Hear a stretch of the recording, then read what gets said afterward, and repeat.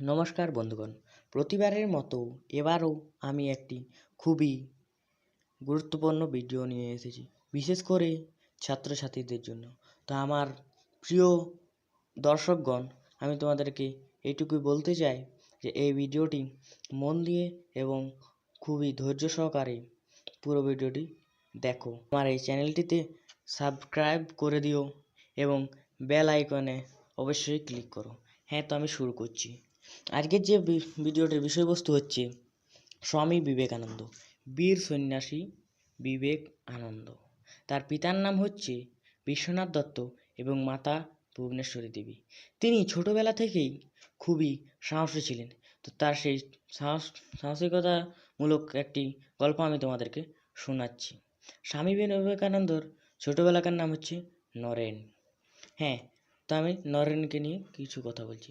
নরেন এক খুবই সাহসী ছেলে।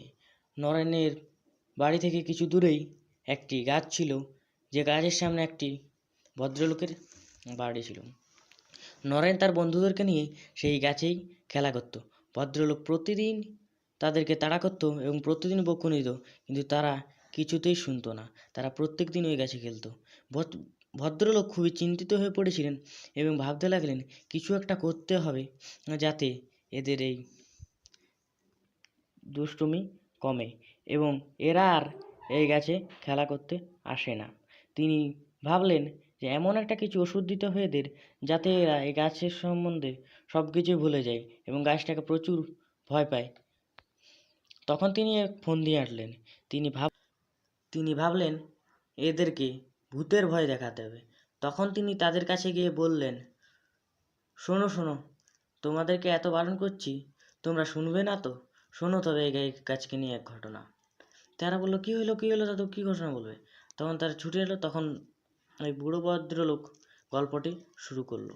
তিনি বললেন, বহু বছর আগে যখন তারাও এই নরেন্দ্রের মতনই খুবই ছোট ছিলেন, তখন তারাও এই গাছে এবং খুবই মজা করতে এই গাছে। কিন্তু একের দিন রাত্রেবেলা এসেছিলেন তার বন্ধুদের সাথে এবং তিনি দেখলেন কে যেন চাদর মুড়ি দিয়ে রয়েছে। তখন তার এক বন্ধু দেখতে গেলে তার বন্ধুটাকে ওই পিশাচ ঘাড় মটকে দেয়। তখন তারা দৌড়ে পালায় এবং তারপরের দিন এই গাছে খেলতে আসে না।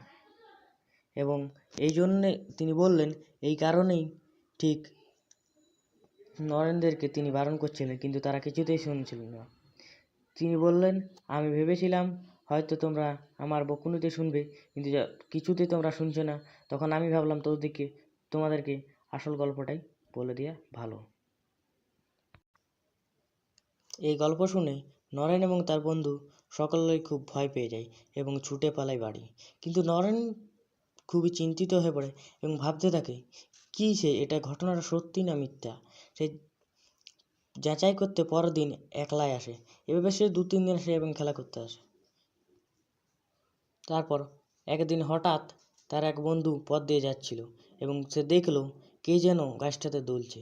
তার বন্ধু ভাবলো, কে এই তো সেই পিশাচ নয়, যে পিশাচের গল্প সেই দাদু বলেছিলেন। সে ভয়ে ভয়ে গেল এবং ডাকলো, কে ওইখানে?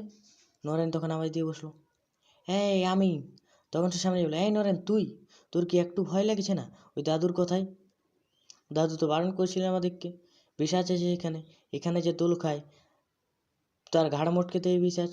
নরেন বলল, কোন পিশাচ? কোনো পিশাচ নেই, আমি তো এই 4 দিন এলো। কোন পিশাচ আমার কি করেছে রে? শুন, তোকে বলি, নিজের চোখে কোনোদিন কোনো কিছু না দেখে কিচ্ছু বিশ্বাস করবি না, বুঝলি হতভাগা? তখন তার বন্ধু নিজের ভুল বুঝতে পেরে বলল, হ্যাঁ ভাই, তুই ঠিক বলেছিস, আর এরকম কোনোদিনও হবে না। চল আয় সব বন্ধুদেরকে ডাকি। তখন তারপর থেকে তারা খুব মজাতেই খেলতে লাগলো ওই গাছ থেকে। এসব থেকে অনায়াসেই বলা যেতে পারে যে স্বামী বিবেকানন্দ একজন খুবই সাহসী এবং ধৈর্যসম্পন্ন ব্যক্তি ছিলেন। তিনি এক বীর সন্ন্যাসী ছিলেন।